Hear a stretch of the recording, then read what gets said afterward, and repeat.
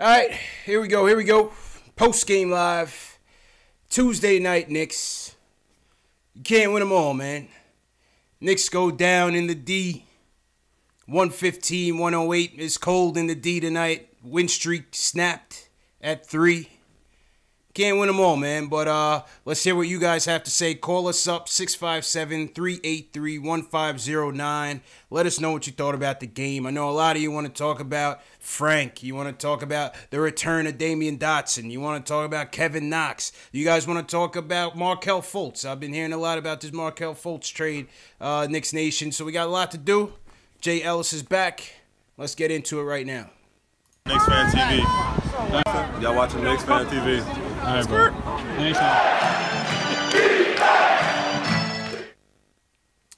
Post game live.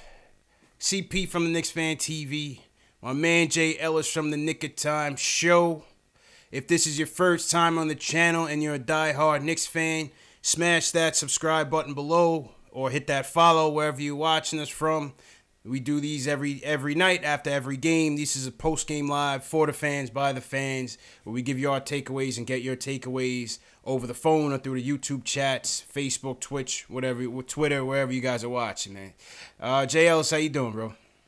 I'm good, man. I'm good. I'm alive. I sat and watched that boring-ass game. This was a tough one, man. This was a tough one to get through, man. Yeah, you know? man. Coming off of Sunday's high, this we come crashing down on our faces. Yeah, man. I saw the feed for the Sunday show. I was like, oh man, this is lit over Yo, here. Sunday's show was going. We had like 500 people in here. We had people saying the P word, talking playoffs. We had Moutier for president. It was crazy, man. Knicks fans was going crazy, man. Knicks fans are going crazy, man. But back to reality. We go into Detroit. Seemingly, sometimes it seemed like those early Detroit games are just tough W's, man. I don't remember the last good win that we had in Detroit. Is it a weird time thing that's happening? Yeah, I don't know, man. For some reason, we just can't. We always have bitter losses in Detroit, but nevertheless, it just seemed like the rims had brick cylinders all over it. We couldn't hit the broadside of a barn all game, basically. That's a fact. You know how many bunnies we missed? We missed a lot of shots right at the rim. Yeah. Tim Hardaway missed answer. A lot of shots right at the rim. I don't know what's happening. A lot of shots at the rim, man. And, of course, no answer for the big guys. Blake killed us. 30 points for Blake Griffin tonight. DeAndre, not so much. But, our bigs got into foul trouble early. Vonleh got into foul trouble early. Money Mitch ends up fouling out within 16 minutes. Obviously, rookie mistakes. We knew that was going to be one of Mitch's downfalls. Hazonia, I believe Hazonia ends up fouling out early. I don't know why they had him on Blake Griffin so much in the second half, but because we didn't have any big men left. We had no big men. Do we got to call ISO Luka from the G League to guard some people, man? Yo, I was thinking that once we started finding out every big man we had on the roster, I was like, damn, call Luke. Call Luke. Somebody get Luke on the phone. We need ISO Luke over here. Get him on the phone, man. We ran out of big men. Oh my God! We ran out of big men, man. So it wasn't our night. It wasn't our night tonight. It was one of those nights. But on the positive side, we saw some good play from ISO. Yeah. 24 points, solid play from ISO from end to end. Never quit, never bailed on us. And damn near triple-double over there. Yeah. Solid play from ISO. And what do you know? The return of Damian Dotson. Right on cue. God damn it. They were calling for... Yo, did you come up with that free dot phrase? Yeah, that was me. Yo, you better talk to some people, man. I've been seeing a lot of people leveraging that free dot phrase, man. Now, I was the first one to say free dot. It wasn't even this season. I was saying it since last season on my Nick of Time Facts. And I've been saying it on my IG. And I've been saying it on Post Game Live. It's catching on. I saw people hashtagging it like they came up with it, dog. I came up with it last year, dog. Yeah. Credit Jay Ellis. Whenever you see that free Dotson, give credit to the Nick of Time show or pay the tax. But anyway, listen, I say that to say shout out to Dotson. because once again, no matter how much time off he gets, no matter how much minutes he gets the most out of his minutes, and he shows up prepared and ready to go. 17 points tonight off the bench for Dotson. Stay ready so you don't gotta get ready, man. Stay ready so you don't gotta get ready. I'm just waiting for Fizz to realize this guy has been doing more with less minutes than Mario. I don't understand what the holdup is. The only thing I can think of is they gave Mario a shot and they felt like guilty because we signed him and he didn't pick the Portland Trailblazers. So we just figured, you know what? Just give him some minutes and see what happens. Yeah. Because to me, like I read some half-ass excuse why he was getting more minutes, and he said it's because he was playing on the defensive end. Dog. That's what I was gonna say. Dotson's been playing defense all season long. I said he didn't have the coaching to play defense. That didn't make no sense. When I read that, and like you said, you know, if it's a case where we're gonna play Mario because we have, you know, we want to see, okay, experiment. I got it. All right, play him. You know, we got nothing to play for. Go ahead and see what you can get out of him. But then to come out and say he's been getting good minutes because he's playing defense, I said no. I had to put my imaginary glasses on and pay complete attention tonight to see what the hype was about on the defensive end. Dog, you know what I'm saying? Where's the data on that? I don't know what the numbers are, but I guarantee if you put Dot's defensive rating up against Mario's defensive rating, I guarantee you Dot will blow him out the water. I didn't see it, man. What is whose man? Yo, whose man is that, man? Yo, I saw whose man is that tease too. I saw everything. Whose man is that, man? I didn't see that, man. I didn't see it. What was that? I didn't see it, man. But hey, listen. I like Fizz. I'm not the coach. I'm not in practice, but you know, that was a little stretch. That was a little Lance Thomas, Draymond Green comparison. You know what I mean? It was on that level of reaching a little bit. To me. But I like Fizz. That was Reed. You know what I mean? That's a Fantastic Four. That was like a Lance Thomas is our Draymond Green type of comment. Like, come on, Fizz. Come on, son. Come on, son. Come on, son. Yeah, bring that back. You bring that, reel it in, Fizz. Reel it in, man. You know, reel it in. You know. But yeah, you know what? I think Dotson will get his he will get his shot. The thing with Dotson though, here's the thing with Dotson. I think the Hazonia thing is a non-issue with him. But where I do think this is gonna get interesting is when Courtney Lee comes back. Yeah. Because not only is Dotson's minutes, you know, a lot of guys' minutes are gonna get impacted by this looming Courtney Lee return. You know what I'm saying? He has to be moved, man. He's got to get moved. And you know, we'll talk about the full stuff later and how Courtney Lee might impact that. But you know, the Courtney Lee return is going to impact Dotson's minutes just like it did last year. And you know, Berman comes out with an article yesterday talking about Dotson could be a potential trade candidate. No. Which yeah, I'm not happy about. You know, that's speculation. No, that's the other thing. I think it's speculation. I think it's speculation at this point. People are calling in asking for Dot, but are Knicks taking the calls? That's two different things. You know what I'm saying? But yeah, proceed. Yeah, I hope not. You know, and shout out to Berman. You know, but when he says these things about the sources, so and so, you know. You take it with a little grain of salt. You know what I'm saying? But he does bring an interesting point in that, and similar case with Philly and Fultz in that, you know, Dotson's player option, it has to be considered.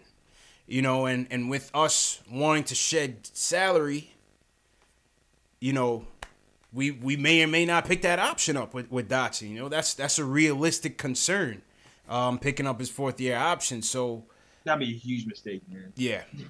Yeah, no, I agree. A third-year option, sorry. I agree. But, you know, it's something to be considered, man. We've got to watch this trade deadline and how it's going to impact the team, man. Because similar to, you know, what Donnie Walsh had to do in that summer of LeBron when he went chasing after the max deals, you know, you might have to say goodbye to some players, man. Dotson might, you know, never say never, but Dotson could be on the chopping block, man. You never know. If a max deal is on the table, then definitely some of these players aren't going to be here who's actually producing. Yeah. It's going to be hard to fill out our team at that point, to be honest with you. Yeah. If we get that max deal, these productive players that are young guys are gonna be hard to keep. Like the Lays might be hard to keep. Like the Dotsons, like because we're gonna have they're gonna have competition.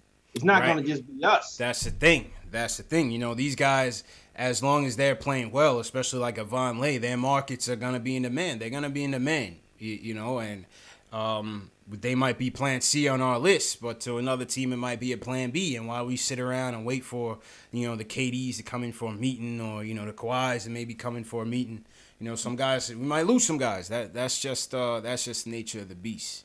Yeah, that's crazy because we have a lot of guys on wingers. We can lose half our roster next year. Yeah. Facts. Yeah. But that's a conversation for later on. We just, you know, just all talking about the whole Dotson thing, you know, we got wrapped up in that convo. But shout out to everybody in the chat. Hey, listen, it's a tough loss, man. Before we get to the phones, let me shout out everybody in the chat who's in here. Panda Bear, shout out Panda Bear, Big Shaq, Robert Paris, what's going on? Nick Reyes, Josh Nurse, Reaper Man. I saw ISO's on in the building. Shout out Michelle Trier, CP the artist, my guy CP, what's going on? It's my little brother. They call me Tack all the way from Hawaii. Who you want to shout out, JLs? We got Anthony Howell in here in Periscope. Okay, shout out Anthony. Yeah, Adam Phelps over here. Efren Lopez holding on my chat. Dolo. All right. None of my usuals are here today. What's up? It'll fill out, man. You know how it goes, man. It's a tough loss. I know how it goes. I know. Yeah, they did the press. It's a boring game, tough loss. Yeah. Tonight it's gonna be a cold night for us. But hey, listen, man, we always here talking Knicks, man. Yo, what was up with the Blake Griffin? Yo, I haven't gone to pick at the refs though. Yeah. Blake Griffin, right? Knicks decide they're not going to double Blake Griffin. They're gonna go 1-on-1 all night. I can see Fizz right now saying, you know, they want to learn, they want to have him teach and learn the lessons, how to play basic one-on-one post defense. Dog, the way the refs were calling fouls for Blake Griffin was ridiculous, man. Yeah, absolutely. You whisper on him, it's a foul, man. If you breathe Blake Griffin's air, they call the foul on you, dog. It's like that's you breathe. Fact. It's like what the like half of the team players that got fouled out or damn near fouled out was. Half of the fouls was some ticky-tack stuff, man. Even Mitch. I feel like Mitch went off the hook later on in the game, and he got frustrated.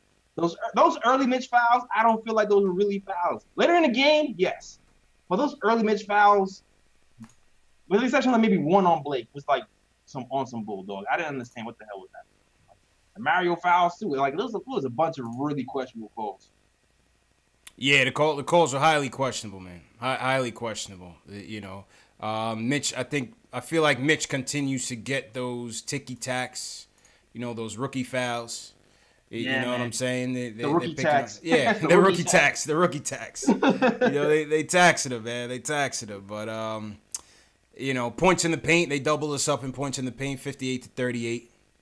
Yep. You know that wasn't all that great, but no, that's just how the cookie crumbles sometimes, man. We can't win them all. But let's get to the phones. Let's go to Julian was first. He wants to talk about Dotson and why Dot isn't playing more. Julian, what's going on, bro? What's going on, fellas? Tough loss. Tough one, man. Can't win them all, you know? Yeah, I mean, look, Wise, like, I want to give Hezonja a chance. I really do. I like the guy. I think he has some talent. I want him to succeed, but we've seen 5 games of him getting extensive minutes, and he hasn't done anything. And Dotson, in my opinion, is our best two-way player, and it's not even close. Like it's not. Talk him. Tell him. So it's really not a competition. So you throw in Dot for one game tonight, and he goes 17 points, 6 for 8, 3 of 3 from downtown. And we know what we have in him. We know who he is. We know he's consistent, and we know he's a good defender. So I don't know why we would consider trading him. And, you know, tonight I think it was a big kick in the face when it comes to a reality check. Yeah. And, you know, anyone saying the P word, we gotta end that talk right now. Gotta dial it back, man. In my opinion, we should. Yeah. We should have 2 screens right now. In my opinion, we should be watching post game live, we should be watching the Indiana Duke game. That's what we should be doing right now. Who's winning right now? Who's winning the game? I believe Duke is up. Okay. So yeah, but no, I mean that kid Langford, he's something. I gotta watch ridiculous. him, man. I gotta watch him. And Knicks Film School did a write up on Romeo Langford. I gotta check that out and also watch some more tape on him. Mhm. Yep. He's a very good player. If we can get our hands on him, we'll be a lucky team. But yeah, Dot, we freed him. Yeah. Now it's a matter of keeping him out of the jail cell, off the bench. He should be starting every night, in my opinion. And also, one more thing. Yeah. I think the refs, like, they were making love to their whistles tonight, bro. The calls were ridiculous. Ridiculous. The whistles were like, I don't know what they were. So, like, they must have been in love with their whistles. They were blowing everything. Like, you take a sniff of Blake Griffin's hair, and you're done. You're out of there. Yeah, it was. Yeah, you're done. It was ridiculous. Michael Jordan didn't get those calls. Michael Jordan never got those calls. LeBron never gets those calls. Yeah. Those were some of the most ridiculous calls I've seen in my whole life. Yeah, we had no chance. With Vonleh getting into early trouble and Mitch fouling out, we had no shot. We had no shot. They killed us in the paint. Spider-Man picture. Yeah. Y'all know that Spider-Man picture where it's like the two Spider-Mans looking at each other? Yeah. Yeah, I feel like Vonleh had one of those moments, except he was like he was a little Spider-Man and Blake was the big Spider-Man. They were still pointing at each other, but I think Vonleh can get to that one day, hopefully in the Knicks uniform. But thanks for the time, guys. Hey, that's if he sticks around. All right, Julian, appreciate the call as usual, man. Julian was first in the queue. Shout out Knicks Fan TV Dave screening the calls. Shout out everybody in the chat. What's going on? Yo, smash that thumbs up for your boys if you're a fan of the show and you like our show and you diehard Knicks fan. Smash that thumbs up for you. If you're new to the chat, just hit #new in the chat so we can shout you guys out. Put #new and where you checking in from. Now that's the typical custom in the post game live show. Word. Yo, at KD173. Said we need a segment for ISO. So we do, man. ISO had a good game tonight. ISO had a good game, all things considered. All the talk of G League for ISO is null and void. He is an NBA player, no doubt about it. And ISO had a good game tonight, man. 24 points, very efficient night. I thought he was tough on both ends. And, that's ISO for you, man. That's ISO. Yeah. Yo, not even just the 24. 24, 10 rebounds, 7 assists. Strong game for ISO, man. He had no quit in him. And ISO's a gamer, man. That's what you're seeing from him. ISO's just a gamer. He shows up every night, whether he plays well or not. And tonight he played well. I wish we would have gotten a win for him, but he's got no fear. Like KR said, he's no fear Trier. That might be a new nickname for ISO, man. No fear Trier. No fear Trier. Yeah, I've seen that somewhere.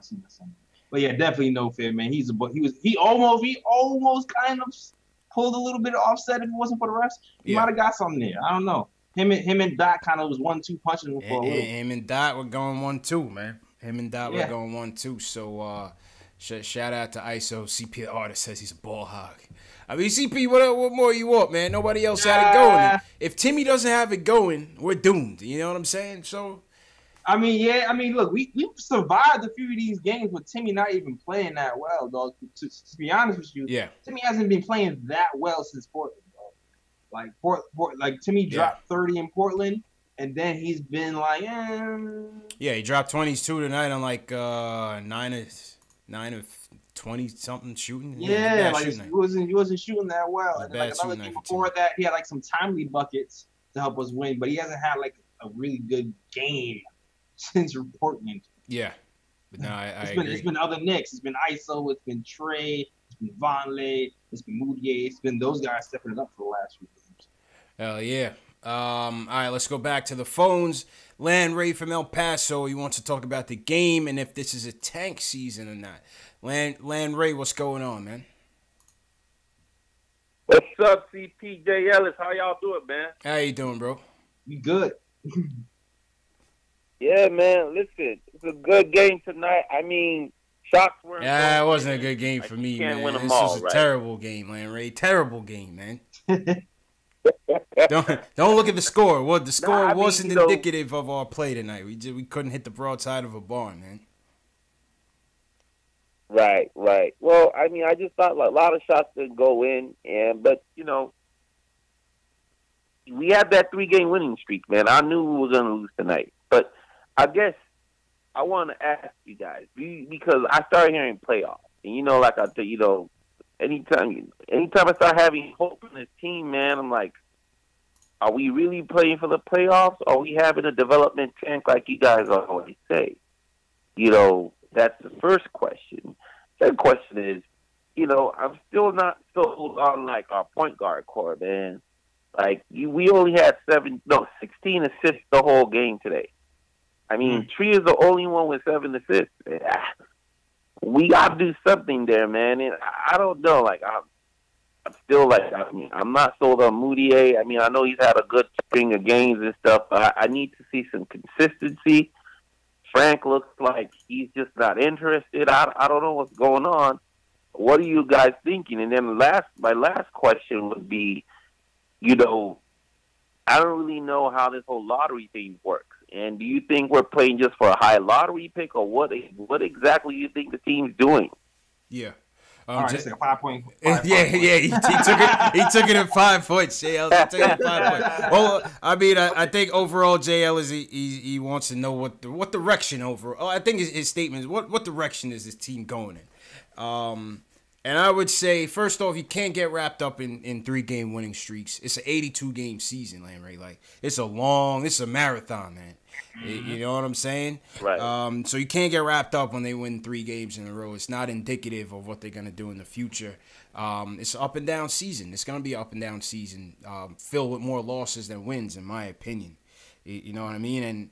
And JL's, are they going for the tank? Or are they not going for the tank? They're just gonna play. It's a young, inexperienced team, lacking a lot of talent in a lot of ways, a lot of reclamation projects in a lot of ways.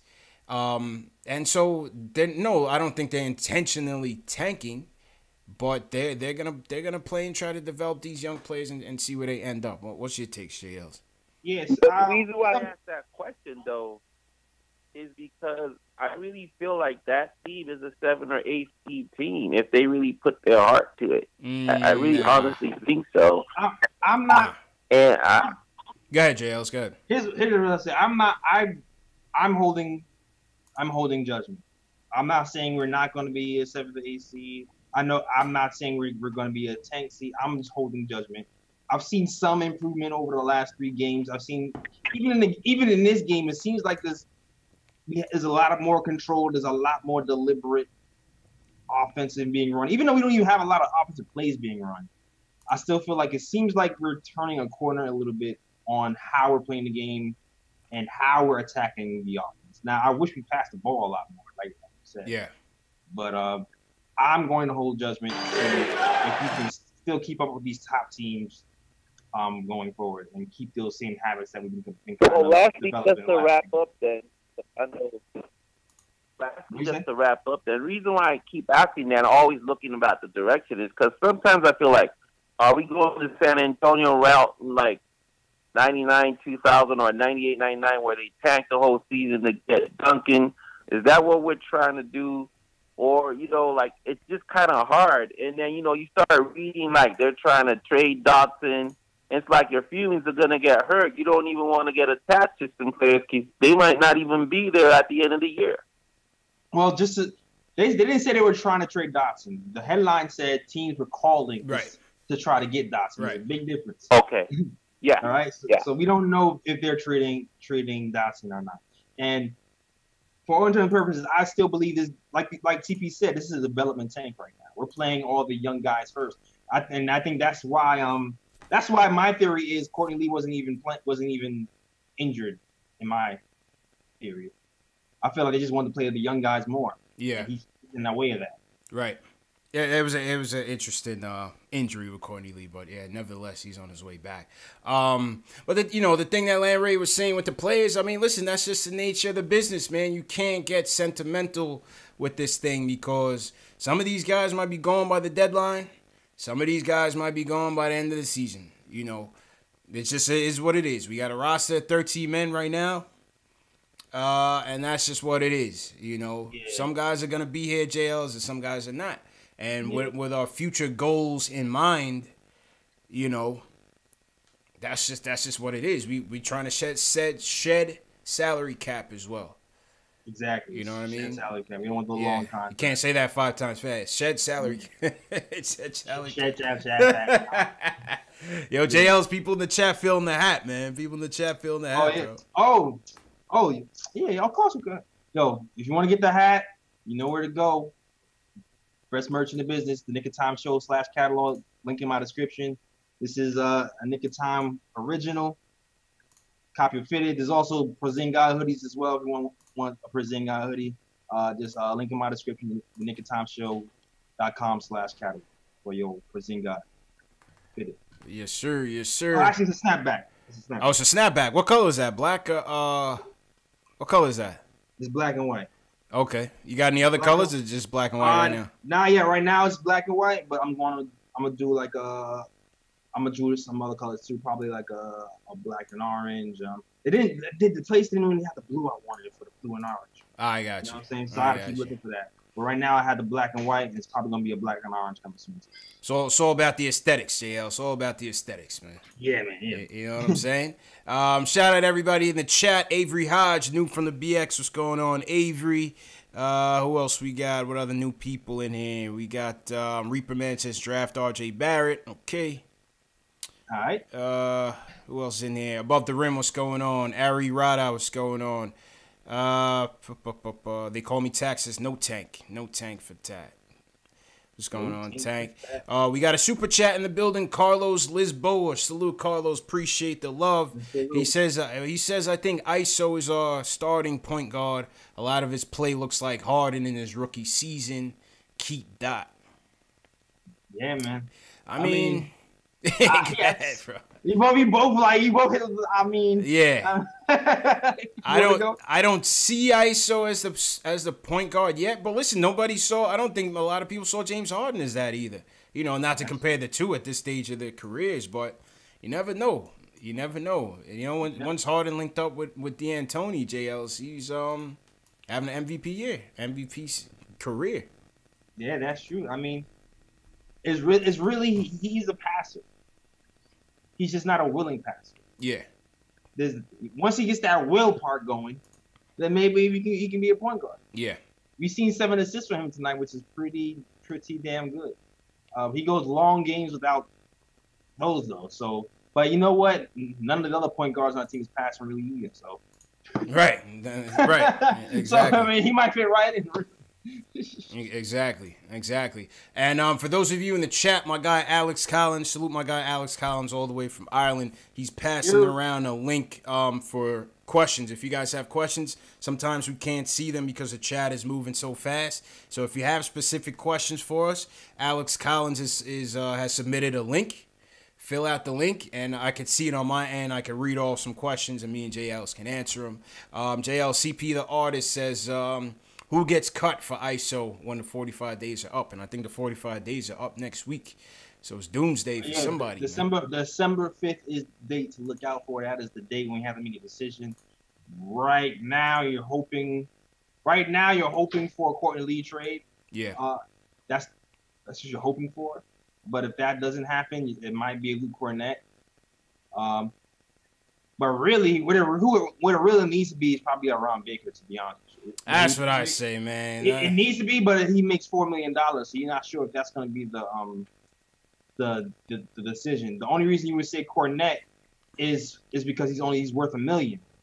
Even though like a night like tonight, when you're thinking, damn, maybe we would have been better to have a Cornett here instead of a Baker here because of all the foul trouble that's happening with the big men. It makes sense to have, in the depth chart, to have a Cornett here over Baker. Yeah, especially this year, with Mitch he's not ready, Yeah, money chart is Baker over Garnett, so we'll see. We'll see how that goes. Yeah. Let's see what happens. Appreciate the question. All right, let's go back to the phones. Jay Ellis, Landry, appreciate the call. Let's go to Patrick in Jersey. He wants to talk about the game overall. Patrick, what's going on, bro? Yeah, what's up, guys? How you doing, man? Listen, my point is that, first of all, shout out to everybody. My point is that, as much as everybody was so excited about that coach when he first got hired, I think we a little bit over-exaggerated. Like, anytime the Knicks lose a game, we give them a credit, like, oh, they're young players, they're rookie, this and that, they have to learn. But yeah, at the same time, we see rookies who play hard, like in Boston, in Philadelphia, in Utah. All these players, there was a rookie, like only 2 a year apart. You know what I'm saying? So it's like but Patrick, the thing is that you can't. And JL's, correct me if I'm wrong. Like, we're too much with the instant gratification, man. We're too much with the instant gratification. Whether we knocking Frank, whether we knocking Knox, now we said it, JL's. When was the team gonna start? When was the fan base gonna start turning on Knox? They're starting to turn on him.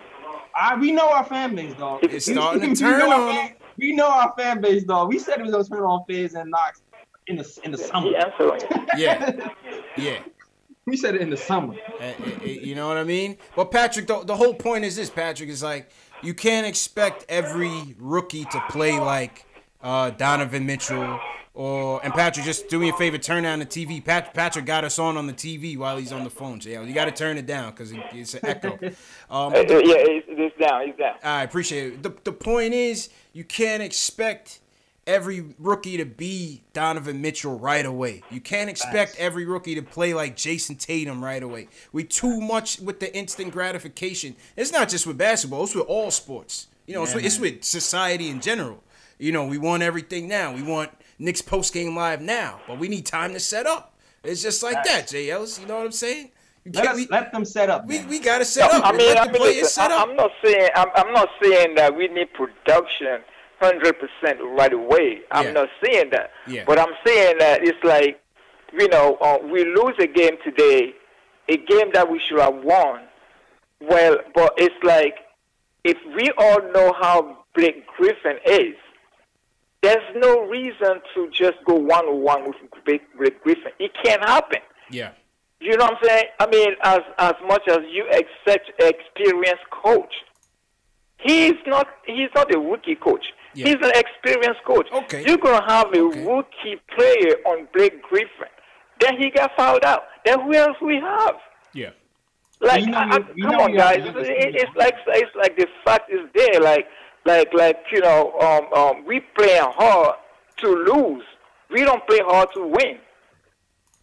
It's like we have a bunch of young kids running up and down the court with no plan. There's no play. Okay. I just don't get it. They're playing hard, but they are not playing hard to win. You got 3 players, key point guards, sitting on the bench. They cannot play. And you have Trail, who is not a point guard, to be a point guard. I mean, who is there to blame? The players?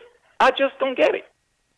I mean, we have a coach to draw a play for the players, not a player just running up and down the court like in Harlem and stuff like that. Let's just put things in perspective sometimes. Let's just tell the truth sometimes. I know we love the coach. He's new. We give him some credit. Yeah, we love him, whatever. But he got to take some blame off the game. Well, I mean, what am I saying wrong? Like, no, you're not saying nothing wrong, and appreciate the call, Patrick. Go ahead, JLs. Yeah, I'll say this. I feel like there's half truths to what you're saying. Yeah, a little bit. It's half I didn't all the way disagree with him. Yeah, like the part that I agree with is the plays. Right now, there's no real offensive system going on. Yeah, there really is. it really isn't. It's really just pick and roll and curl plays and then freestyle and see what happens. That's really what's been happening. There's no real offensive system, and hopefully, as the season goes along and the rotation is more set, there's actually more plays being put into place. I think that's what Fitz wants to do anyway. I think he's just trying to find out what everybody is good at, and then actually implement an offense. That's what I think he's planning to do. So I agree with you there. But on the other hand, we still are the youngest team in the NBA.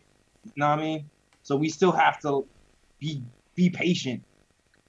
Be patient and let these guys develop over time. Where it's not going to be instant gratification, like CP said. There's going to be times where we're just going to have to rely on playing hard, and that's what it is, and develop. And we're going to have to throw some guys on big man to see if this thing can swim, and see if they can do it, and learn and take some bruises. And it's going to suck this season. No one was expecting us to go and do anything this season, but eventually it will pay off. Yeah. I mean, like you said, there was some half-truths to what he said, right? We don't see any, offensive sets. Even defense. I thought Fizdale would come with some more clever defensive schemes, especially like on like a Blake. Blake was the only one really killing us out there tonight. The Pistons' offense is so trash. They have no shooters. Bullock is all right, I guess. Stanley Johnson is not a shooter. He's more of a slasher and a defensive guy.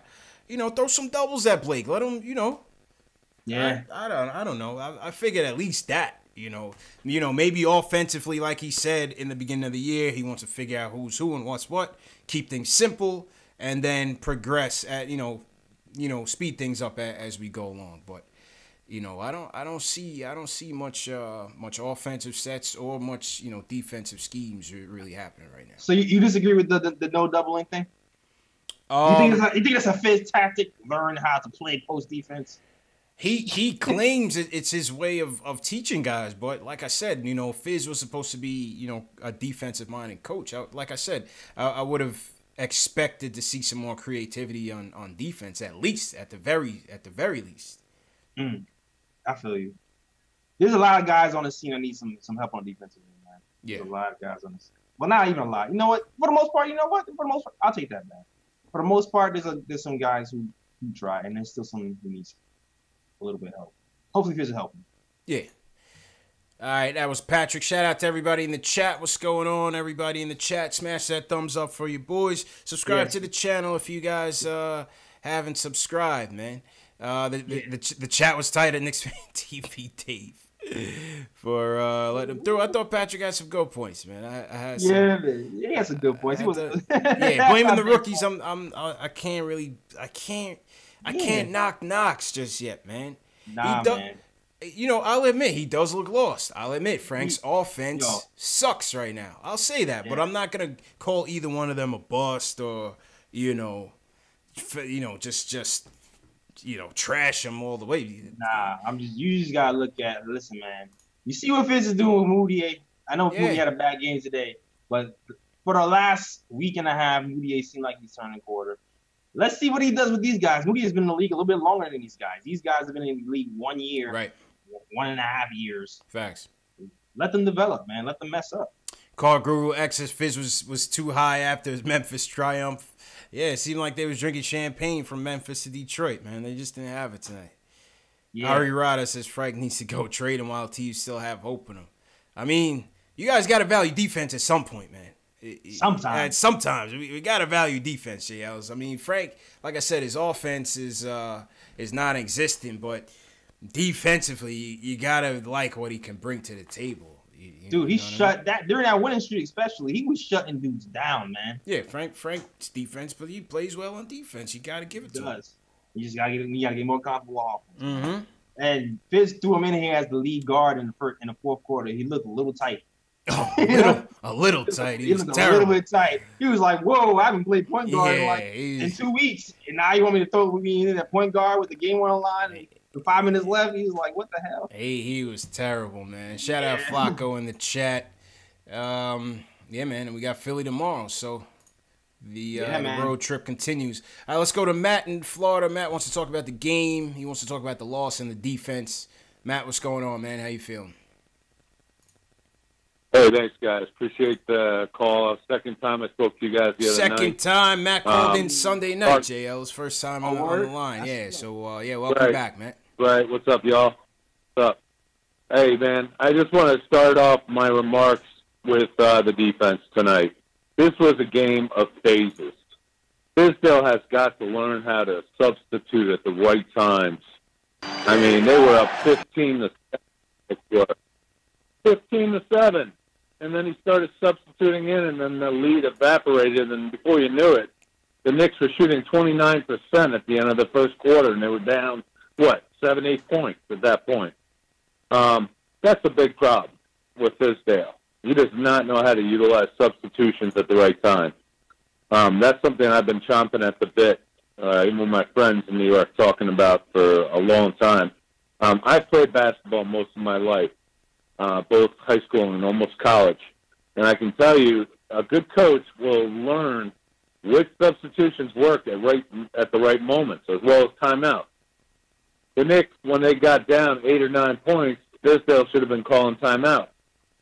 Not at 16, 18 points down, because that absolutely deflates the team. And that is what it is. As far as what that last caller said, that guy doesn't know his ass from his head as far as basketball goes. He didn't know what he was talking about. You're right. You're right. Gratification. Maybe I went a little overboard the other night saying that Nicolina is garbage. I do think he needs to work a lot. I mean, a lot on his offensive game. And yet, did you guys notice that he was covering Blake Griffin at least for 3 minutes out of this game tonight? Mm-hmm. That is a total mismatch. A nightmare. There is no way. I know Tisdale loves to throw him on 1 through 4 positions, but to cover Blake Griffin was a man-child. Now, what happened was Kevin Knox. What happened was Knox switched off on him, and then because Knox is big enough to cover Blake Griffin. That's sarcasm. And Knox is supposed to switch back.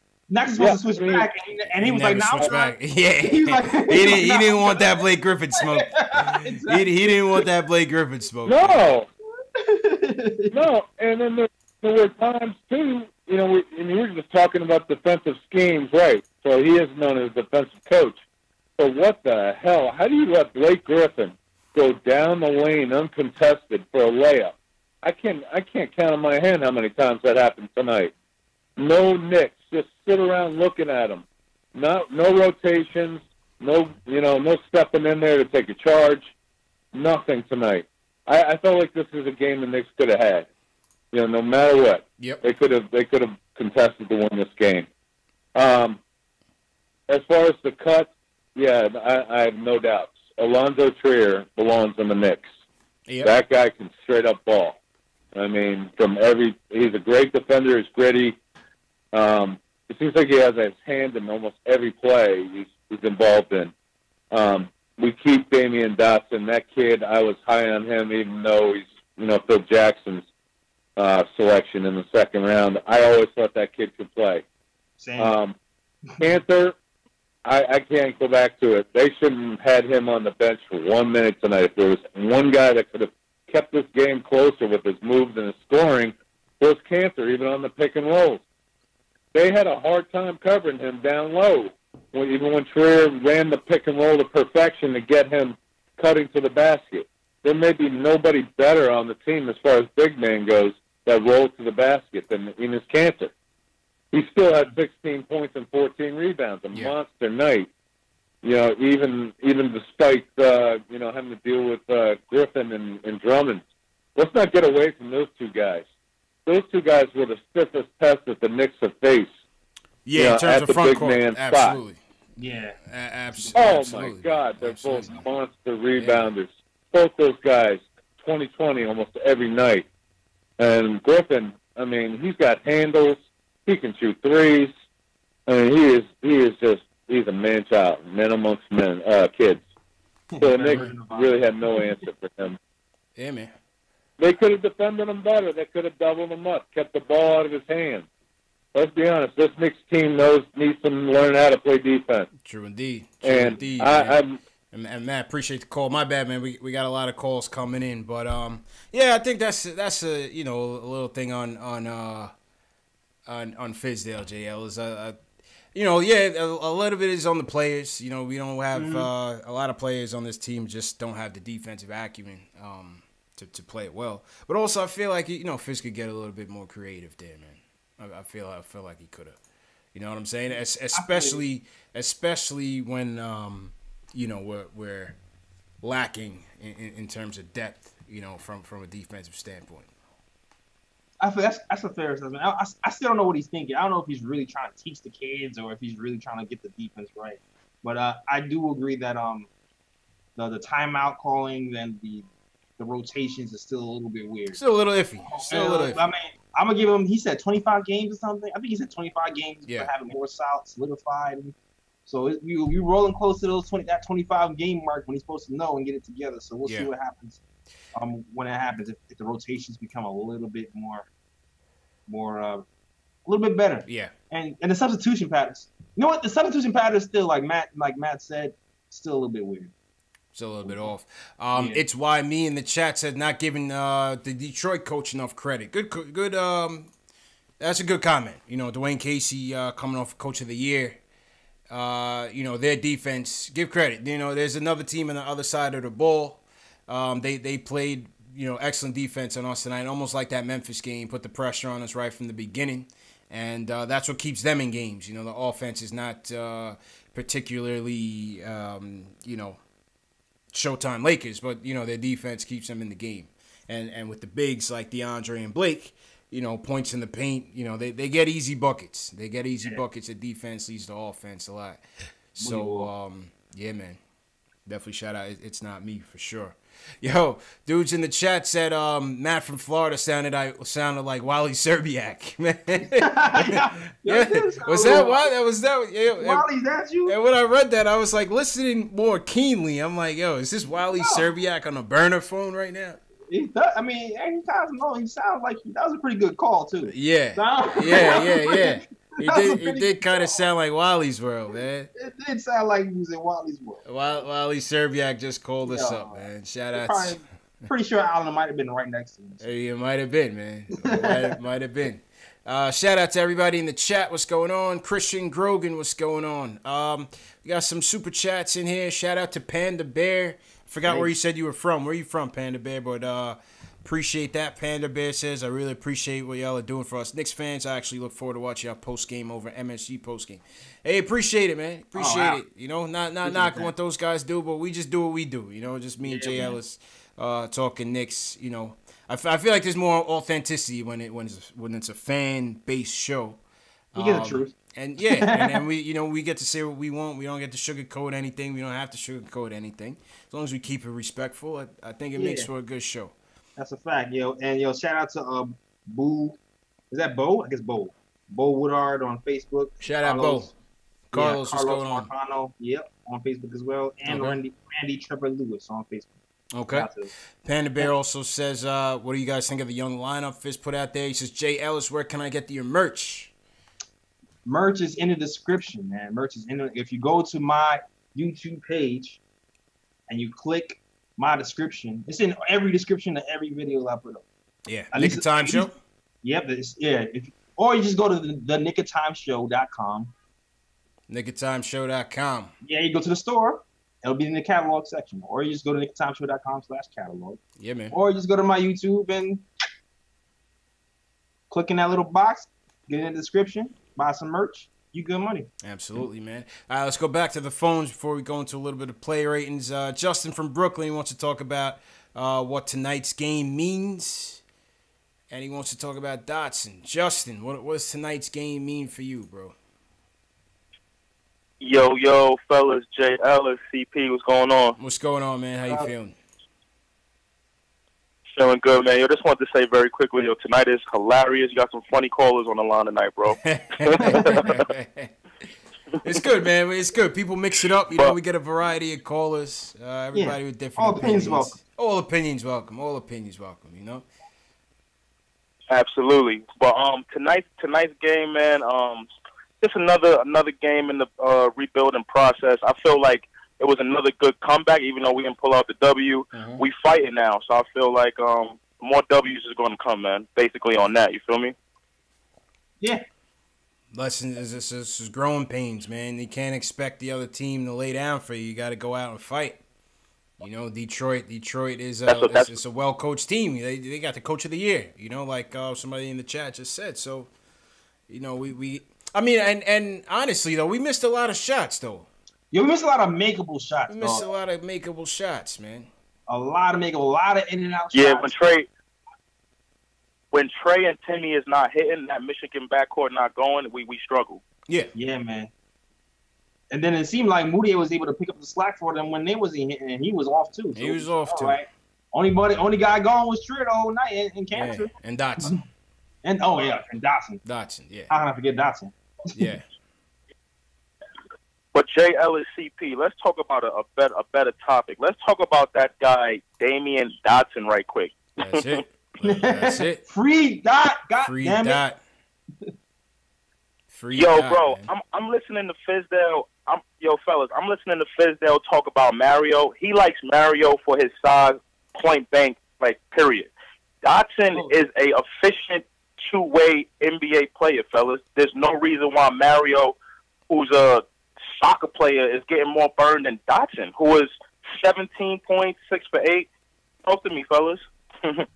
Yeah, we talked about this earlier, man. We talked about this earlier, bro. Like, Dotson does more in less time. He just does. In Dotson's stretch when he was starting, if you put those numbers next to Mario's, it's not even close. Not even close. Not even close. Not even the stratosphere. And then earlier today, I read something that said that Viz had Mario in the game starting more because his defense was good. And I'm like, dog, Dotson's defense has always been good. You didn't even have to coach the defense. He came in with the defense. You don't even got to coach him on defense. He had it in his bag already, dog. Like, come on, man. Like, Fizz, I've been liking what Fizz been doing with the development of the players, but this is the one thing that's really bugging me right now. And I'm hoping he goes back to Dotson for real. It seemed like it took all this foul trouble for him to even get back into the rotation this game. I'm hoping that Dotson is kind of making him look stupid. Like, you know what? Maybe I should find some minutes for this guy. Yeah. It's just like, hey, it's only maybe 10 players that might play in a game, man. There's only about 10 players that might play in a game. Mario shouldn't be one of them, dog. He should not. He shouldn't, man. He shouldn't. You put Dot in that starting lineup and take Mario out, I guarantee you. Yeah. Guarantee you that starting lineup is getting hot. Is heating. I mean, I see what he sees in him. He's just like I always, like I said, I feel like he's more built to play soccer, man. He's just not. He just doesn't put it together for me, man. I don't know. Not yet. You know, and it's so funny because like, based on for this Moutier revelation, you seeing fans talk about now we got to give Mario a chance. Because look at what Phil did to Moutier. I'm like, yo, Phil. I mean, Fizz, he's not a miracle worker, man. He's not a miracle worker. Now all of a sudden, basketball Jesus, man. Yeah, now he's basketball Jesus. Now he's gonna turn Mario into the Dollar Tree Drazen Petrovic. You know what I'm saying? You know, he's Mario to Super Mario. He's gonna turn him into his actual nickname. I don't know, man. Right now, he ain't it. He ain't it, man. Good guy. Turn Dotson. Can we turn Viz? Can you turn Dotson into Klay Thompson? Can we do that? You saw where Dotson pulled from? Yeah, right. Can Fizz turn Klay into turn Dotson into Klay? Can we turn Dotson? He saw he pulled from the 4-point line today. Yeah. Let my man, and he did it mad easy. Like, I do this. Whoop. Yeah, man. Walk backwards like it was nothing. Let that happen, man. Free Dot, develop Dot, damn it. People gotta be careful, man. People gotta be careful. Just because Moutier's playing well doesn't mean anything for the rest of the guys, man. Some guys might, come out of this reclamation project and prove these guys right. Some guys will be what they are. You know what I'm saying? Or will be what they will be. And, yeah. We shall see, man. We shall see. All right, let's go to the play rate in JLS. We didn't really have Well, this was a tough one. Obviously, no 3 stars, but let's talk about some guys. Let's talk about some guys. Obviously, I thought ISO had a good game tonight. I mean, if you had to pick 3 players who played well, 3? Okay. who would you go with? Well, the third one is the one. the third. I guess you go Enos. Okay. You go Enos. 2 you go Dot. 3. I mean, yeah. And 1 you go ISO. That's mine. So you're going Enos, Dot, and ISO. Okay. Yeah, I think. Yeah, I would go with that. I would go Canner, third.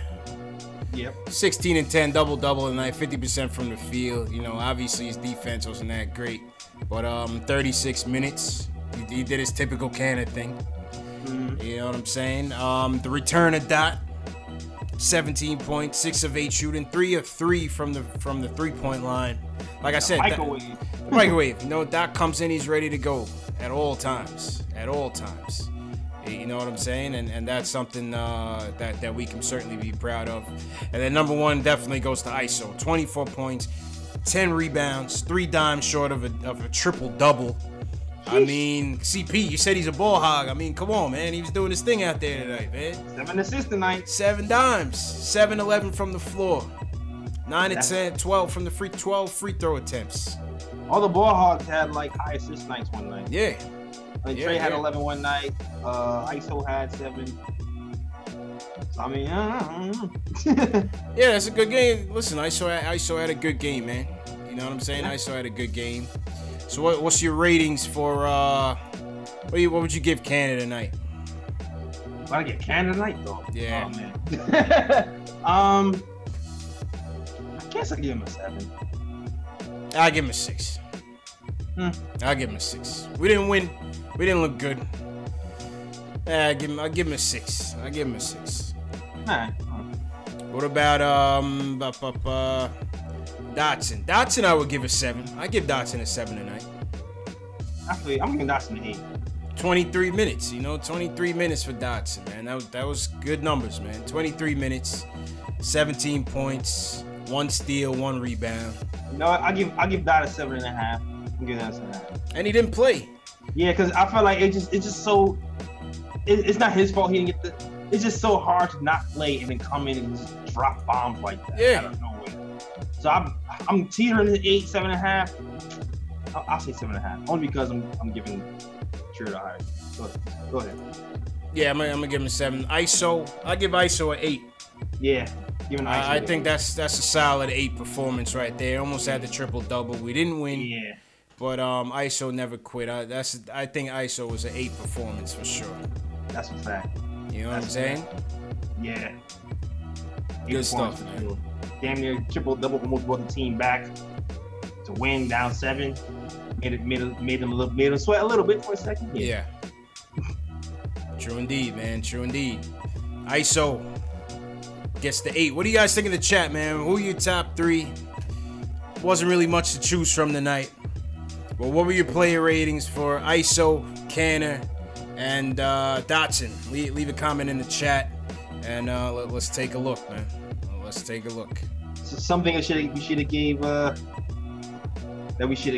an 8. I was fighting in my head on giving Dot an 8. I was going back and forth. I mean, if ISO almost has a triple-double, I gotta give ISO the 8. You know what I mean? Yeah, because you have to give him more than Dotson for almost.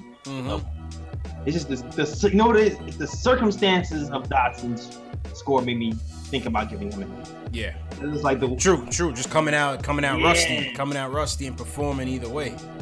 Exactly. Absolutely. I might go to a 7.8. There you go. 7.8. That's a compromise. 7.8 for Dotson, man. 7.8, man. All right, let's see what the chat says. See what the chat says on the player ratings. What we got in there? Shout out to everybody in the chat. Smash that thumbs up button for your boys. Reaper Man gives ISO an 8. CP the artist gives him a 5. Come on, CP, man. Cut it out, man. Cut it out, bro. King Ellis, my cousin. Yeah, your cousin in Isaac here. gets a 9. What up, cuz? Yeah. Right. Mark Swift says he wants to know what Frank's player ratings are. You trolling. Yeah. I give Frank I'll give him a 4 for playing amicable defense. You got the laugh. I give him a 4. Oh no, I don't got the Kawhi laugh up right now, but I gotta pull it up. My soundboard got messed up over the weekend, but oh damn! All right. I give Frank a 3-4, man. I mean, he was zeros across the board. He only took 3 shots, you know. Yeah, and the shots he took was, he looked. Usually, at least the shots were online. They were like hard right. Air balls and shit. Yeah, it was awful. Air balls. Yeah. Sean Shepard giving down a 6. What's good, man? You watching the game? Sean Shepard's a tough critic, man. Shout out Sean, man. He's always on Twitter. Shout out Sean. Ari Ryder gives Frank a 2.75. Smokestack Frank 2.5. Jeez, tough crowd, man. Tough crowd. Tough, crazy. Karen Howard, shout out Karen. She gives Dot an 8. KR gives Frank a 5. Shout out KR from Australia. I believe he's from Australia. All right. Mark Swift in the building. Nick says ISO 9, Canna 7, Dots and 8. Yeah, I think I could agree with that. Okay, all right, I can see that. Yeah, man. I can see that. Yeah. Yo, let me shout out my chat real quick. Yeah, go ahead, man. Go ahead. Yo, Sean Shepard was good, man. I actually been seeing Sean on Twitter heavy. Yeah, heavy. Shout out Sean. Yeah, shout out to Sean. Above the rim 1115 BK, what up? Him King, what's up, man? I see man. you. Yeah, him and King and Sean been holding on the chat. Chuck Moss was good, if he's still here. Above the rim, always in here, man. Yeah, and Efrain Lopez, Jet for Life, Adam Feltz, what's good, fellas? Thanks for coming here early. Salute everybody, man. Especially the early people, man. There's some people be in here from pregame. You know, we don't even have a pregame show. Some people just start up. Some people just start up the pregame show as soon as I launch the chat. So that's always cool, man. All right, let's go to we're gonna go back to the phones real quick for those of you who play statement games. Another statement games is coming up tomorrow night against Philly. This is your opportunity to win a $10 gift card. In a little bit, me and Jay Ellis are going to give you our bold statements for the Knicks-Philly game. So once again, T. Williams can tell you, I don't know if he's still in the chat, but T. Williams won the last time. So tomorrow night is a $10 NBA gift card game. In the past, we have had our premium games. So we just gave away a replica Mitchell Robinson jersey. Shout out to Darryl Walsh who won that. The first prize we gave away the second prize we gave away an authentic Kevin Knox jersey. Yeah. Salute to Shells Heavy for donating both of those items. Yeah, man. Opening night we gave away the 2 tickets to opening night. Oh yeah, that's right. The Atlanta game. We gave away those 2 tickets to opening night to the Atlanta game, man. So shout out to Statement Games, and we will be doing our bold statements in a little bit, man. So let's get back to the phones. Nithin, then Sean. Nithin, what's going on? He wants to talk about the loss. What's going on, bro? Yo, what's up, guys? Good evening. How you doing? How you feeling, bro? All right. Yeah, I mean, it was a tough loss, but, I mean, they still competed. I mean, first of all, the beginning of the game was just horrible, and they didn't have anything going down for them. So I think that was a big key to the game. Because if they played like they had with the 3-game win streak, then they would have won this game easily. Because the Pistons are nothing really special except for Drummond or Blake Griffin. Those are the only two. I feel like those are the only 2 players they have on the team, pretty much. But in my opinion, I think the Knicks, they're playing tougher now. I mean, one thing I like about now, rather than the beginning of the season, or like they're playing more tougher and more determined. And Fizdale has them playing with more passion. So I feel like even with this loss, I think we just have to look forward to tomorrow and write the script and then hopefully bounce back tomorrow. Yeah, that's all you can do, man. You know, it's 82-game season, bro, and appreciate the call. 82-game season, JLs. You know what I'm saying? Yeah. We just got to ride the wave and, take the losses as they come and move on to the next one. We got a big, tough one against Philly tomorrow night. So Hopefully they shake it off, man. Hopefully they shake this one off because not gonna get no easier tomorrow night. You know what I'm saying? Yeah, man. Tomorrow's gonna be a tough one. Yeah. That's gonna be woo. Yeah.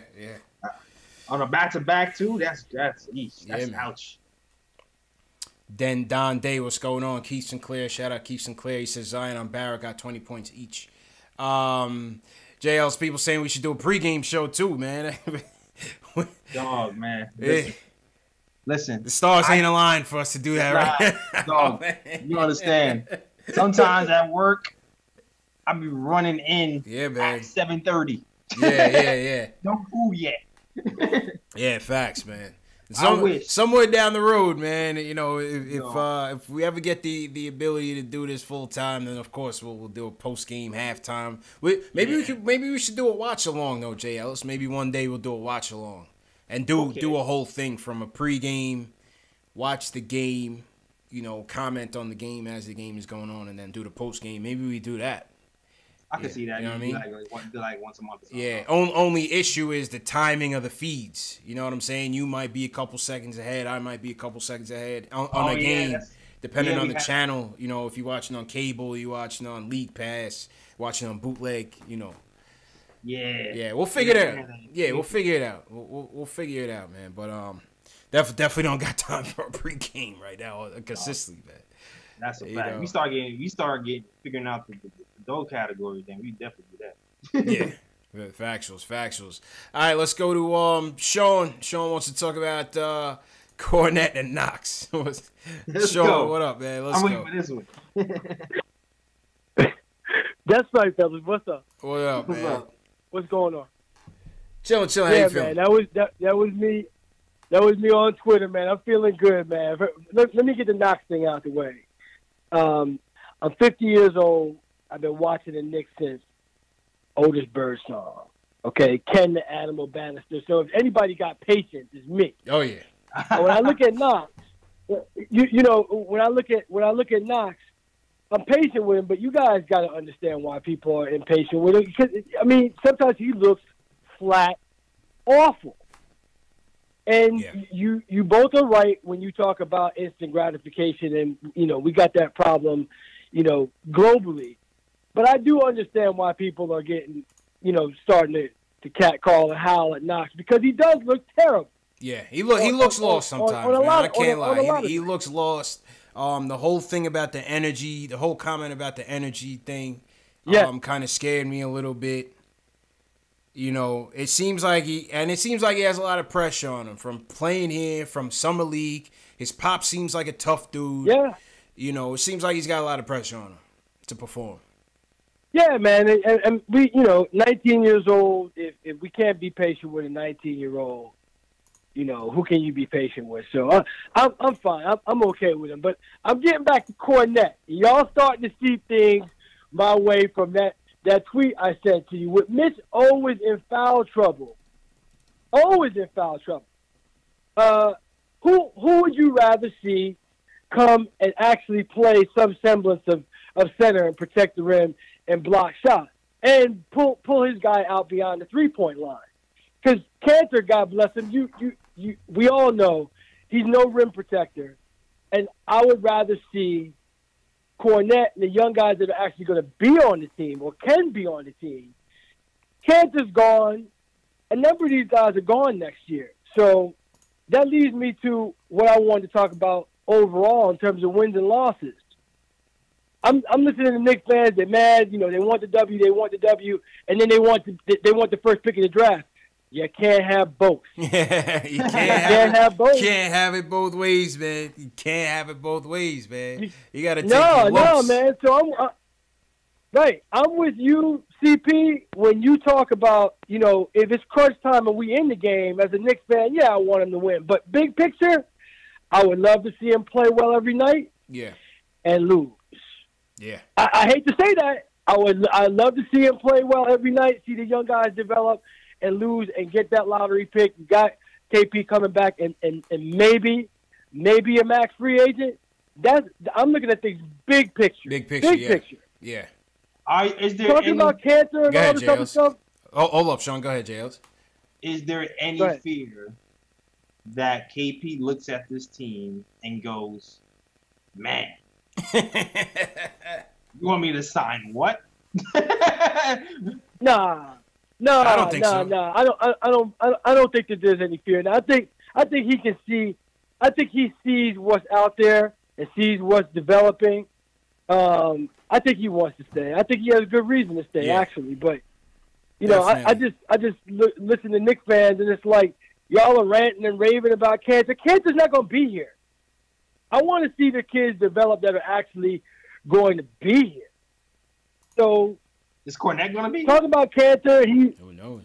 That's a good point. Cantor, you think Cantor's going to be here? No, he said Cornette. I'd like to see what Cornette could do in a little bit. I was hoping he could be, a little stretch 4, stretch 5-ish. He wasn't hitting enough shots for me last year, but let's see what he can do this year. He was stretch 5 to stretch. Yeah, stretch 5. A real stretch. Yeah, man. I'm saying that was his first experience in the NBA. And look, I'm not saying that he's going to be anything at all, but I've seen him block shots. I've seen him rebound. I've seen him score. I don't see Cantor doing anything defensively. And with Mitch getting in foul trouble, I think we need another 7-footer there that can fill that role and get experience and develop. That's all I'm saying about Cornette. I know, CP, you give me garbage. You give me trash about Cornette. Listen. I heard you say he saw him rebound. I have not been keeping up. He was talking about Westchester Cornette, man. Westchester Cornette. Westchester Cornette is looking like Dirk Nowitzki out there. Is he rebounding in Westchester? Nah, CP. That's a fact. CP. There was a game in preseason where he had like double-double for rebounds. Nah, he had a double-double for us. You talking about that one game against Toronto, man? Like his first or second game, and he hasn't done anything since. That was an aberration, Sean. Come on, man. That was an aberration, man. That was an aberration. He's not getting regular playing time, man. Throw him in there, man. If Moutier can rise from the dead, anybody can. Yeah, you see what I'm saying, Jay Ellis? And Sean, appreciate the call, man. That's the trump card. Appreciate the call, Sean. You can't. You see what I'm saying, Jay Ellis? That's the trump card for everybody now. You know? If somebody says Frank can't perform, I'm like, Moutier can get it together. Yo, that's the trump card, man. CP the artist left a comment on from the last show because people was gassed up from the last win, and rightfully so. It was a good game, good win, but we have a tendency as fans, especially Knicks fans, to be prisoners of the moment, and that that comment from my brother CP stuck out because so many people are saying this, man, with like how Fizdale got to Moutier, and I know Sean was kind of saying it kind of in a joking way, but it doesn't mean everybody's going to turn into something, man. It doesn't mean everybody's going to turn into something. But it doesn't mean everybody's going to turn into nothing. That's true. Time will tell. Time will tell. Time will tell. Time will tell. So we might see ISO Luke make a appearance eventually. Sean Shepard leading the Luke Cornette fan club. Yo, somebody just joined my chat. Hold on, wait a minute. Someone just joined the YouTube. Yeah, somebody. I just missed it. Yeah, I just missed it. Leon? That was Leon. Shout out to Leon for the subscribe, man. Yeah, shout out to Leon for the subscribe, man. I hope Leon subscribed to Knicks Fan TV too. Leon, what's going on? Man? Yeah, man. Sean Shepard talking across chat. Somebody in my chat called him delusional. Yeah, we got into chat beef going on. Oh god, man, this is what happens when you're a terrible team, man. Well, hey, listen, let's have fun. The shooter, what's going on? Not even gonna repeat that. All right. Smokestack says Moutier isn't all the way there yet, though. Yeah, that's that's a fact. He's just having some good games. He's allowed to have a bad game after he's had two decent games and a few good games. He's allowed to have a bad game. Yeah. Well, you know what Breen said, and we're gonna get to statement games. Just pull up your statement games when you can, JLs. Okay. The thing that Alex Collins waiting on the line. All right, yeah, we're gonna get to him. The thing that Breen said during the telecast that struck with me, because also this week people were upset after the Memphis game that the guys that were getting the minutes were Moutier, Canner, Vonleh and meanwhile Frank Knox and Mitch didn't get the minutes. But at the same time, it's like, yes, you want to throw them in the fire. This is what Breen's point was. He's like, yeah, you want to throw them in the fire, but you don't want them to lose their confidence either, especially when they're playing bad. And I look at that with Kevin Knox. Like, he's not playing well. You know what I'm saying? When Mitchell Robinson's in the game and he's fouling out in 16 minutes, you can't blame that on lack of development. They're just not playing well. Yeah. You know what I'm saying? You gotta sit them down, talk to them. Yeah, you gotta learn a little bit. Yeah. Get back in the next day. You work on what we talked about when he's on the bench in practice. Try it again. I can see that. And I agree with that point by Breen. We gotta take it slow. We got to take it slow, man. All right, let's get to before we get to statement games, Jay Ellis. Let's get to we got to get this guy on here first because he's been working tirelessly in the chat, chasing out all the trolls, all the way from Ireland. Yo, he needs intro music. Yeah, we need an intro music. But tonight he's just gonna come out just regular. Alex holds it down, holding it down. Nick Reyes said he bought a $100 calling card just for tonight. Oh my God! 3 a.m. in Ireland. Alex Collins, welcome to the show. MVP. 3 a.m. It's a 4:15. Oh, I've been waiting for. I've been waiting for almost an hour and 20 minutes. You've been talking about the Pistons game, the most boring game of the season. Like I was promised we'd talk about Fultz. I've been waiting patiently. Oh, yes. And now I had to call in so we could talk about Fultz. Let's do it. Because I want to go to bed at some stage. All right, appreciate it. Appreciate Alex Collins for moving the show along. Let's go. So, yeah, I kind of already talked to you guys already. I kind of want to hear your perspectives on the Fultz situation, particularly Jay Ellis, because I haven't really heard his opinion at all, to be honest. So you two, go ahead. All right, Jay, let's go. What's your take on the Fultz situation? Oh man, I've been flip flopping on the Fultz thing, to be honest with you, because I understand that he's a #1 pick. I understand that Fizz is like the guard whisperer. You know what I'm saying? But I know we have guards here already, and I want to see what we do with them before we take on another wayward guard. I do understand Knicks fans, wanting to have him here because, our guard situation isn't really 100% either. so I understand, and he showed some potential. He had like a triple-double last season. Yeah. But I still want to see what we have with our guards. I wish we actually had more time to like evaluate before and like get him maybe towards the more latter end of the year, maybe to see, okay, we're gonna keep this person, we're gonna trade this person. But that's my feeling on it. And on top of that too, he has a lot of questions with his mind, shoulder, and there's a lot of question marks there, man. Go ahead, Alex. A lot of weird question marks. My bad. Go ahead. When you talk about evaluating the guards, which guards specifically are you talking about? Like, who is going to be here past this season? Like, I feel like we have, like, Lee is who he is. Like, if anything, he's going to decline. Who? You have Courtney Lee. Burke, who... Oh, I'm not talking about Courtney Lee. Courtney Lee, yeah. I'm not talking about Courtney Lee at all. Yeah, but I'm asking who specifically... Like, I feel like if you talk about people who are relevant to seasons past this season, that list gets an awful lot shorter of guards that you need to evaluate. It's really only a list of about 4 people. I'm talking about Frank, Moody, and Burke. That's what I'm talking about.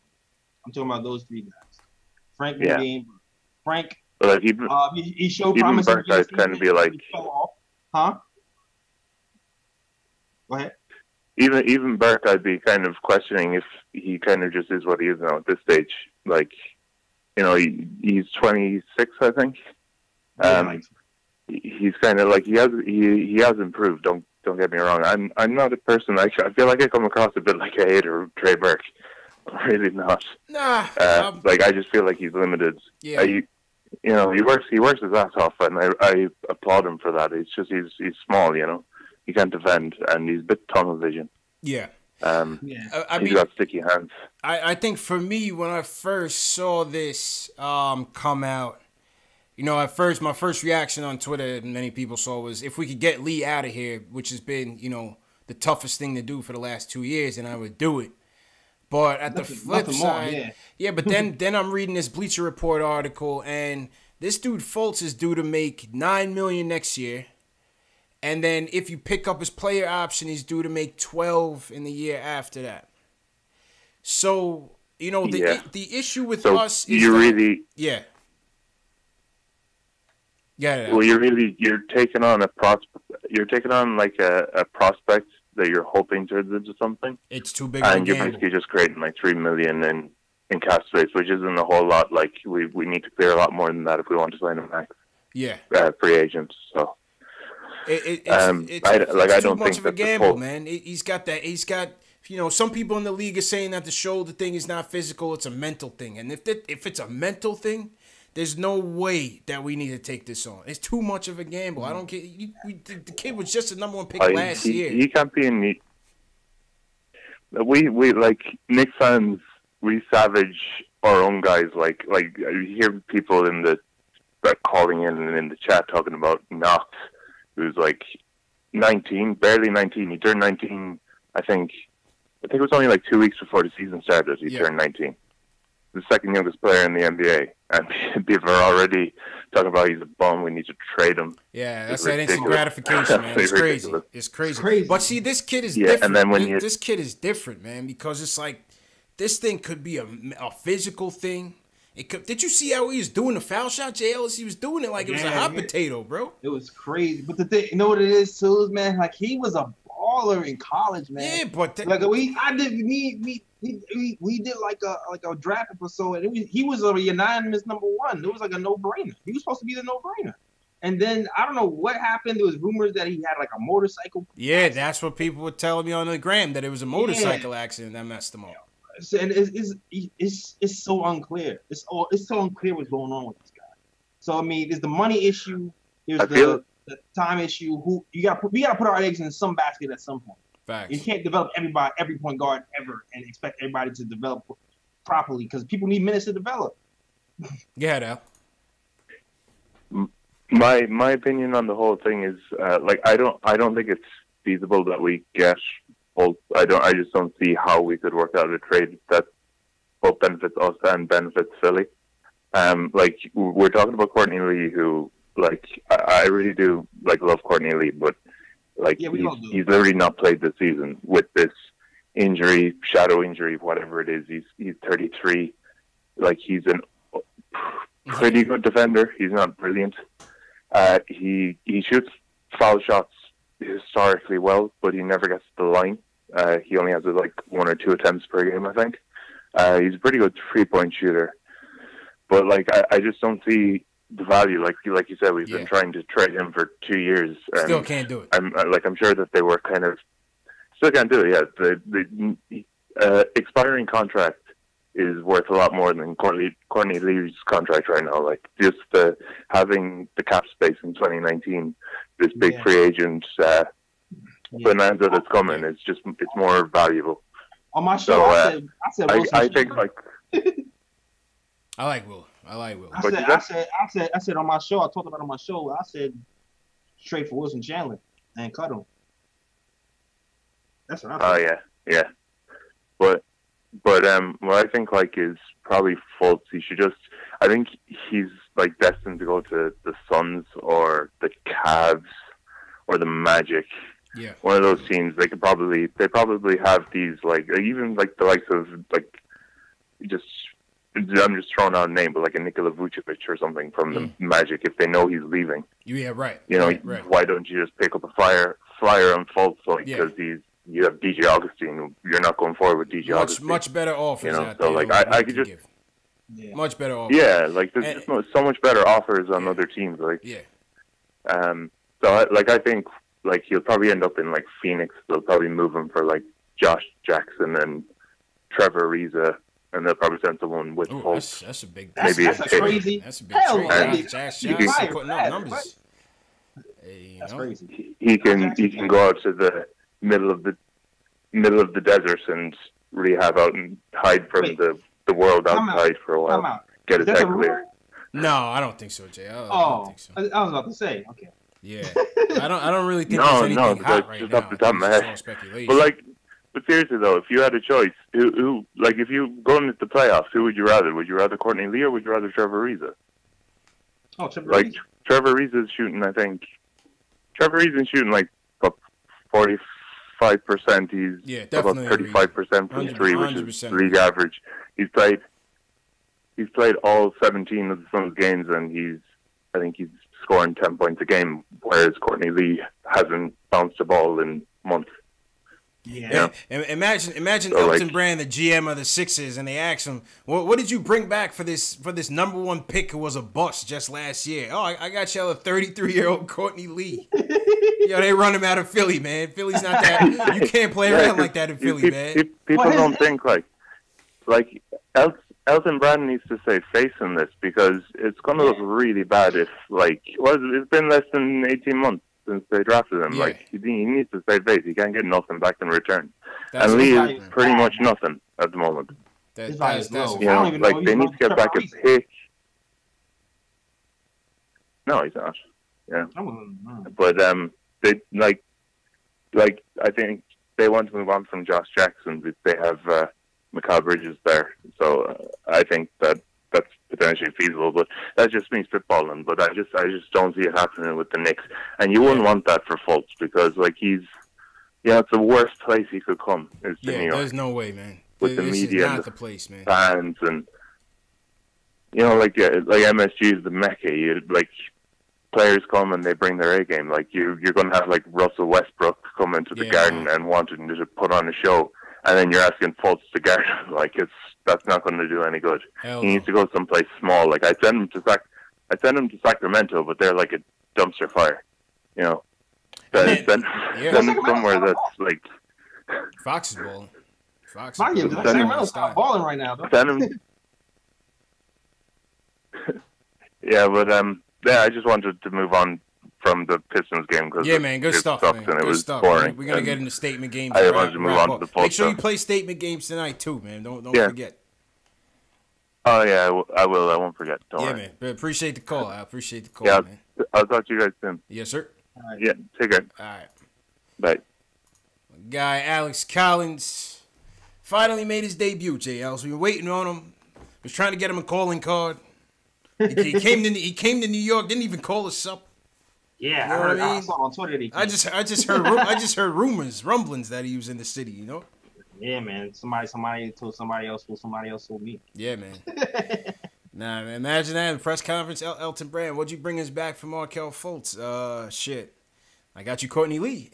I mean, right now, he should be begging for Courtney Lee for Markelle Fultz, though. Nah, man. Like Markelle Fultz. You can't come back to the hood on that trade, bro. You got to get something respectable. Where does he go with? Respectable? You got to get something right now for a man. $12 million player who has a bad shoulder and mind problems? Yeah, that's I don't know, man. It's just not the gamble we want to take. We don't want to take that gamble. It's not the salary we want to take on for that gamble.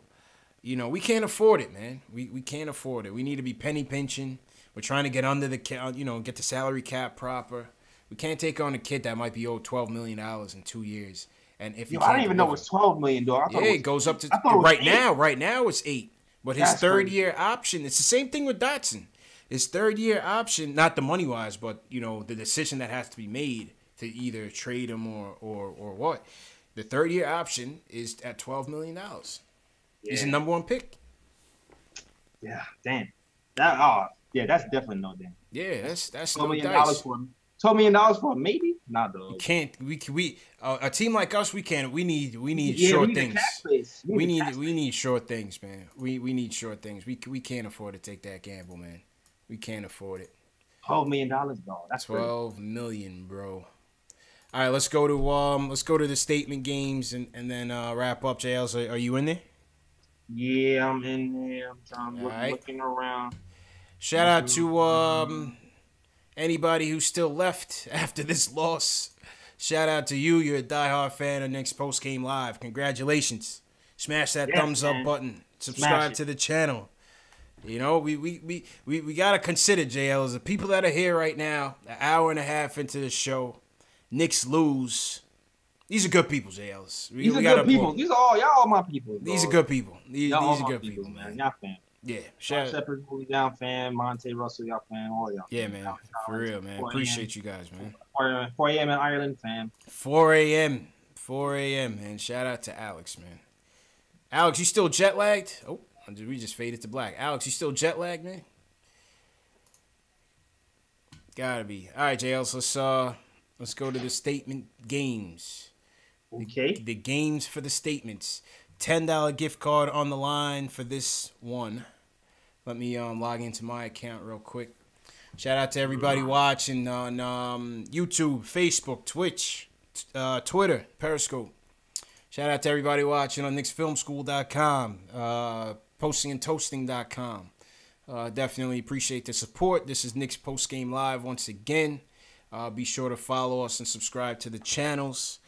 This is what we do. Every game, win or lose, we have a post-game show for the fans, by the fans. You can hear from Alex Collins from Ireland, man. Weigh in on, give his 2 cents and move the show along. All right. All right, here we go. So, the name of the game, ladies and gentlemen, is Statement Games. Once again, if I have to re-explain the game, Statement Games is a daily fantasy sports platform. Shout out my guy Nick Reyes, the marketing manager of Statement Games, who joins our show every game. Statement Games, okay? You're going to have a list of statements for Knicks Philly tomorrow night. You have until 7:30 p.m. Eastern Time to join the Knicks versus Philly contest. You go to Statement Games. You're going to see the Knicks versus Philly contest sponsored by Knicks Fan TV. This one right here. You're going to click on Join. You're going to scroll down. You're going to click Confirm and Proceed. All right. Now, once you're in the lobby, this is the game lobby. On the left-hand side, you're going to see your statements. These come from Las Vegas. These are predictions for the game. Whether it's Philly, whether it's New York, you pick 10 statements. The statements are the predictions that you think are most likely to come through in tomorrow night's game. Those 10 statements, you're going to rank on your right-hand side. You're going to see 10, 9, 8, so on and so forth. You're going to rank your statements according to what you feel is going to be the best chance of happening. So, for example, you have a list of statements here on the left-hand side. If you feel that Tim Hardaway Jr. is going to score over 24.5 points in the game, and you feel like that's most likely going to happen of all things, you're going to rank that as your 10-point statement. Then you're going to go to your 9-point, your 8-point, so on and so forth. The winners of each lobby will go home with the $10 gift card. So the people who score the most points in their lobby game are going to go home with a $10 gift card to the NBA store. Hey, listen, it's $10 off. It's $10 more in your pocket than you had last night. You know, you might be scrambling for change. You might be digging in your pockets. You find some lints. You know, that $10 gift card could come in handy. You know, maybe one day the NBA store has a 50% off. You throw that with your $10 gift card, you winning. You know what I'm saying, JLs? Yeah, man. Easy. Yeah. Alfredo says you lost me. Come on, Alfredo, man. No way, man. This is simple and plain, people. Anybody in the chat, does anybody in the chat need to repeat this on Statement Games? Please let me know. This seemed pretty straightforward, man. If anybody in the chat needs me to explain this again, let me know. Like I said, on the left-hand side, you have your predictions, your prop bets. For bettors, people that bet, they're called prop bets. They're called statements. All right? You're going to pick your statements and rank them by your points. So whatever statement you feel is going to be your 10-point, you put it on the right-hand side. Your 9-point, your 8-point. All of these, if these come true tomorrow night in the game, those are your points. Those are the points that you get in the game. You're going to total up all your points, and if you win in your lobby, then that's what the story is. Alberto said there's not even enough for a pack of Newports. Alberto, put the Newports down, man. No Newports, man. We legalizing it worldwide, man. Upgrade your smokes, man. Upgrade your smokes. You know what I'm saying? All right, JLs, you ready to pick your bold statements for tonight, man? Yeah, man, I'm ready. All right, let's go so we can get out of here. All right, man, give me your 2 bold statements tonight, JLs. I'm doing Emmanuel Mudiay under 6.5 assists. Oh, no faith in Mudiay. Okay. Yep. And I'm doing Joel Embiid over 28 points. Ooh, so you think we're gonna get smacked?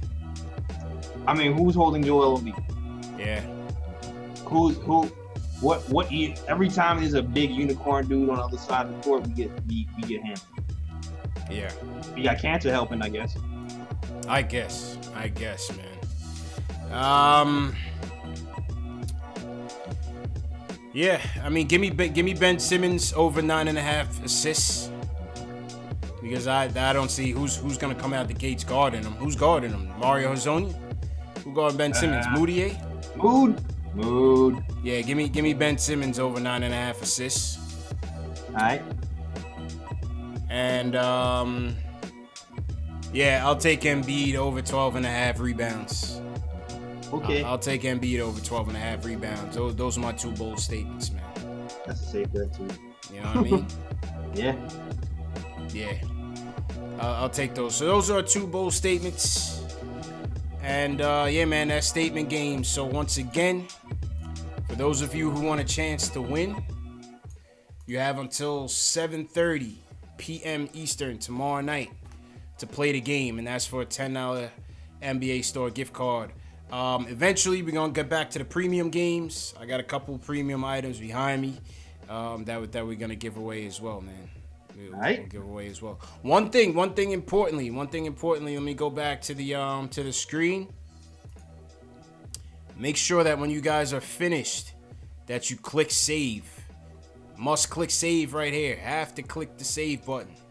Make sure you click save, or else your statements won't be saved. Your statements won't be saved. So that's the story with statement games. Alberto, I hope you got it this time, Alberto, man. It's straightforward, man. Pick your 10 predictions and rank them from 10 to 1. If they come through tomorrow night, those that you rank, if you rank something as a 10 and it comes through, that's 10 points for you, 9 points for you, so on and so forth. Add them all up. And if you win, if you beat everybody else in your contest, then you win the prize. Simple and plain, man. Simple and plain, man. You know what I'm saying, JLs? I can't say, I can't explain it any more than that, man. Yeah, it can't be any more clear than that, though. Yeah, man. Smokestack, you already know. Smokestack, appreciate you. All right, JLs, go ahead and wrap up, man. I'm gonna put it on you. All right, yo. Hold on, let me get the theme music back on. All right, JLs. All right, here we go. SoundCloud. Dropped a new episode of the podcast on SoundCloud. So go to my description, soundcloud.com/TheNickOfTime Listen to my latest podcast that was dropped today. So you can listen to that. Also, if I am waking up, I'm going to try my best to upload the video of the podcast that I recorded. So look out for that. Hopefully that'll be up tomorrow morning. Subscribe to my YouTube, please. Please subscribe so you can get the video and watch that. And yeah, also all social media, the KOT Show on Twitter, the Nick of Time Show on Instagram. All those links are in the description as well. So follow me on all platforms. And as always, check the merch. If you want a Zingod hat, if you want a biz bag, if you want a hoodie, if you want a t-shirt, hit the description and go to the link. It says merchandise, buy it. TheNickOfTimeShow.com/catalog. There you go. There we go, Jay Ellis, and appreciate you as always, man. And I gotta beat you tomorrow night on statement games, Jay Ellis. You know? I feel like I'm gonna beat you by 1. Yeah, absolutely, man. And hey, listen, shout out to everybody that joined us tonight. 115-108 loss. Can't win them all. Win streak snapped. But we got another game tomorrow night against Philly. Let's see if we can bounce back. But hey, if you want to continue the conversation, leave me a comment in the chat below. In the comment section. the live stream replay will be up again at about 1:30 a.m. Eastern time, 6 a.m. Eastern, 10 a.m. Eastern, 12 p.m. Eastern, and 2 p.m. Eastern. So you can chat with your fellow Knicks fans. We'll be running the replays live between tonight and tomorrow. So once again, man, appreciate everybody for coming through. You can follow me on Facebook, Twitter, Instagram at Knicks Fan TV. And yeah, let's shout out some people in the chat. Jay Ellis. All right, cool. Shout out to Periscope, Knicks Guy 1. Keith Sinclair, appreciate you. Go, Jay Ellis. Yeah, Christian Gorgon, the Cal 9366. He's a mainstay. Anthony Howell was good. SS Television, what's going on? Nick Constantinides. It's a Greek name. Shout out Nick. Above the rim, appreciate you. Alfredo, appreciate you. Alfredo said he spelled his own name wrong. Alfredo, you got a lot going on, man. Smokestack, appreciate it. Don Day, appreciate it, man. Big Shaq, Alex Collins, appreciate you calling in. Smash that thumbs up button for you boys. Before you go, very important, just hit that thumbs up on the YouTube video to support us. Yep, Southside Prince on Facebook, Carlos Marciano. Yeah, man. Cochise. Cochise, all right. Big Power Ride Joseph on Facebook was good. Monte Russell. Absolutely. I see you came in a little later. So CP Monte. the artist said support the Black Thought album. Always support the Black Thought album. Was there a new album that came out? Leave me a comment on the video. Oh, new Black Thought? I don't know. I'm not sure. I think Bleak dropped too, didn't he? Oh, I don't know. I'm not checking. Memphis Bleak. He's not still Bleak. making music. Meek. I was about to say. Memphis Bleak. I'm not checking for no damn Memphis Bleak. What? Not no more. Not no more, man. The Coming of Age is my joint, though. The Coming of Age is my joint. Was that Seagull? Coming of Age. Was that Seagull or Bleak? I forgot, man. Man. Them days of Rockefeller, that was my era, man. That was my era. You know what I mean? Anderson .Paak too, though. Yeah. I got to check that Anderson .Paak as well. There's some joints on that. There's some joints on that. Yeah, man. Factuals. All right, man. Tomorrow night, Chris and George, appreciate you. Christian Grogan. Tomorrow night, see you guys. Knicks, Philly. We out of here, man. Peace.